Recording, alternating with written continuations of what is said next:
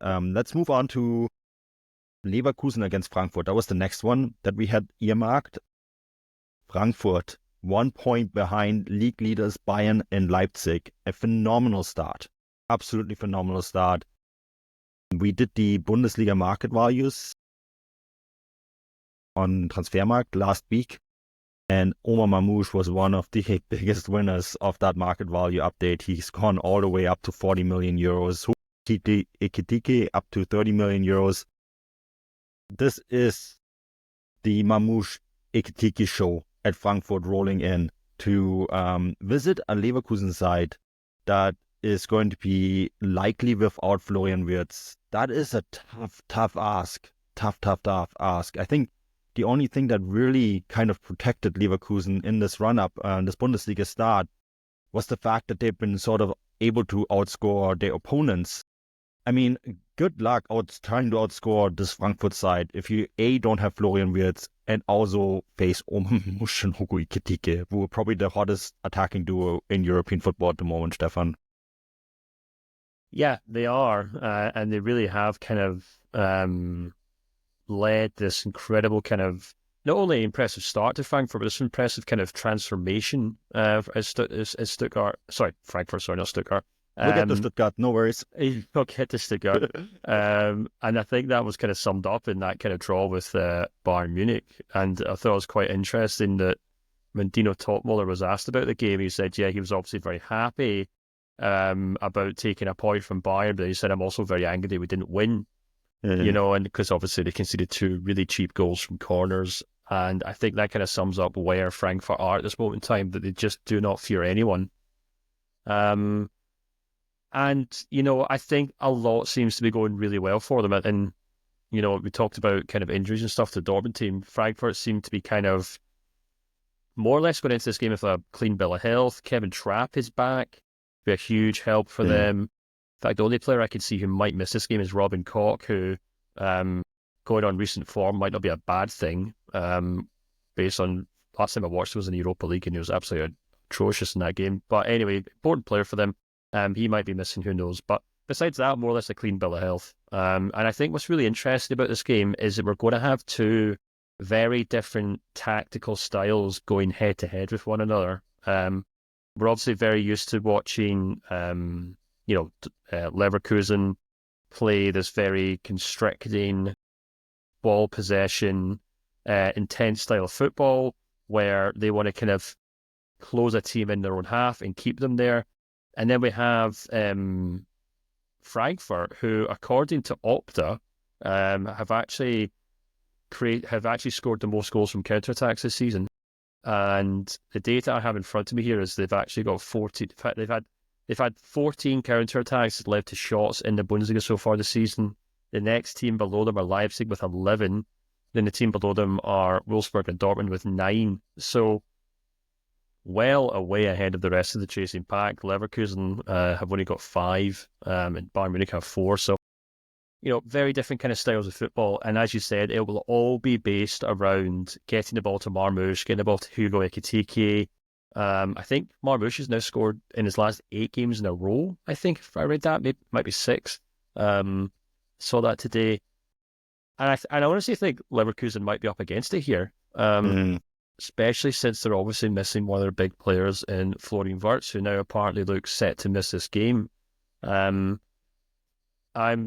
must say, I really am quite concerned for Leverkusen going into this game, just because they haven't looked like themselves. They haven't looked 100%. Players don't look fit. Players don't look like they're, they just don't look 100%, you know, especially in midfield. In defence, but even in midfield, where I think Alonso has really struggled to find the right kind of balance with Granit Xhaka and the other kind of midfielders they have.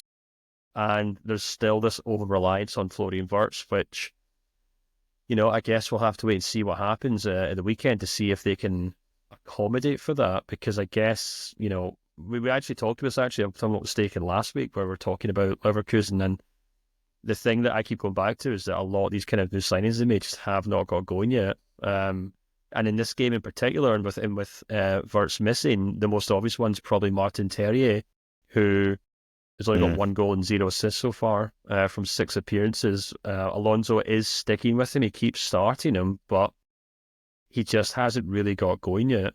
And yeah, I think the big task for Leverkusen will be A, how to stop those Frankfurt counterattacks, but then also B, how do they create and score goals without Florian Wirtz?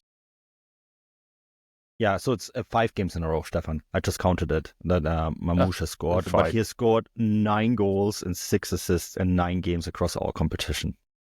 So, I mean, that's outstanding. I mean, I wrote a profile on him last week for Transfermarkt that I then updated after the market value update, right? And so I broke down the statistics, his statistics in there as well, and why it's going so well for him. And if you're interested in that, that's still on the Transfermarkt side, and it's still up to date because, you know, it was written before the international break. And yeah, his performances have been just so incredibly remarkable, and you know, he's rightfully so capturing all the headlines, and the fact that he rejected the Nottingham Forest move ahead of, or this September, right? Or I guess it was in August. The window closed August 30th.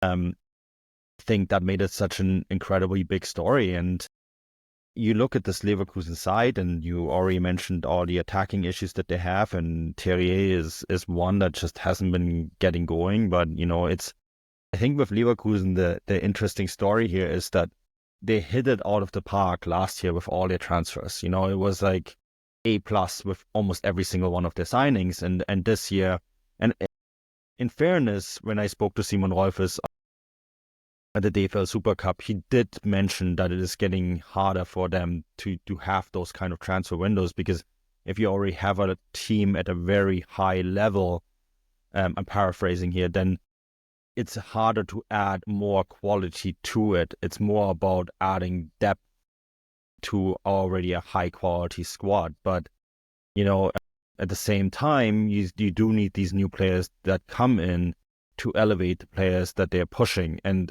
that's not really happening right now. And then you have the flip side, that with Eintracht Frankfurt, and they did exactly that, right? And you know, you have to also point out here that going into this year, Dino Toppmöller was under a lot of fire.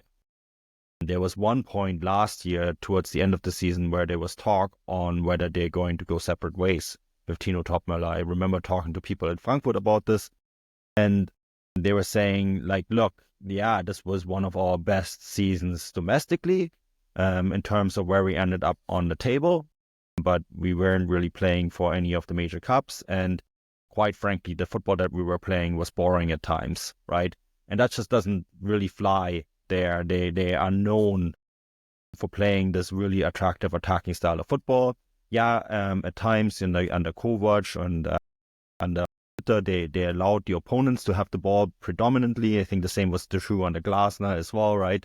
But they still were known as this club that found strikers and made them into top stars, right? And that sense is totally gone. They stuck to Toppmöller, and I think, you know, so far he has completely met the criticism that was thrown at him at the end of last year, in forms of people saying, well, you're not playing good enough attacking football. We gave you a high quality squad. We gave you the players that you wanted. On top of that, in January, we gave you Hugo Ekitike, and yet there isn't enough goals. And I think, you know, he's completely thrown that criticism out of the window, and he's playing a style of football right now. When I look at the way Leverkusen have played this year, I think it's really dangerous for Leverkusen. I really do, because they just haven't been able to defend well. And if you incapable to defend well against this Frankfurt side that really don't need a lot of chances. I mean, the Bayern Munich game was a perfect example of that, right? It felt like they had 3 chances and scored on all 3 of them. And I actually think that I personally go into this game and I think Frankfurt are going to win it, Stefan. Yeah, I'm certainly leaning that way with the Florian Wirtz injury, and maybe that's a kind of really simplistic way of looking at it, but I think that's the case. Obviously, Frankfurt have this really ludicrously bad record at the BayArena. They've lost the last 10 games there, if I'm not mistaken.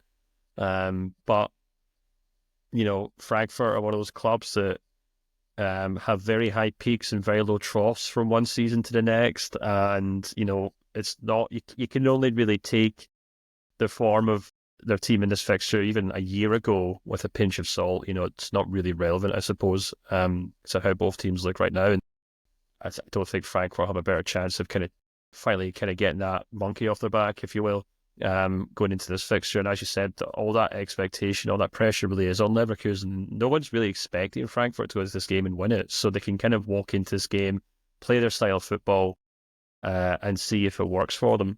And yeah, as you said, it seems I completely agree with you. I'm not so sure if I'll go so far as to say I expect Frankfurt to win this one. I think it will either be a draw or a Frankfurt win, to be honest.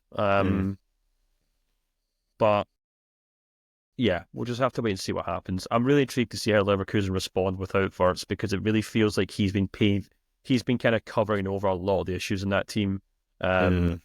Just because he's Florian Wirtz, and he can basically do that. But that only goes so far. And then, of course, when he steps out of the team, then that's when the likes of your Adley, your Terriers, your Bonifaces, that's when these guys really do need to step up. Or Jonas Hoffman as well. They all like being a supporting character for Florian Wirtz, but it's time for them to step up in these big games. And I guess just have to wait and see what happens. Yeah, actually, to underline the stat that you mentioned, it's been 10 defeats in a row for Frankfurt in Leverkusen, and all of those defeats have been by at least 2 goals. That's quite a record. So we'll see what happens. I think it's a huge character test for both sides. For Frankfurt to see whether they can finally, win a game there or at least get a point.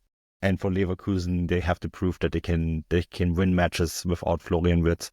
I think for Leverkusen, a good example is the German national team, where Florian Wirtz did play, although with a knock against the Netherlands, had to come off in the second half, and Germany got the job done regardless.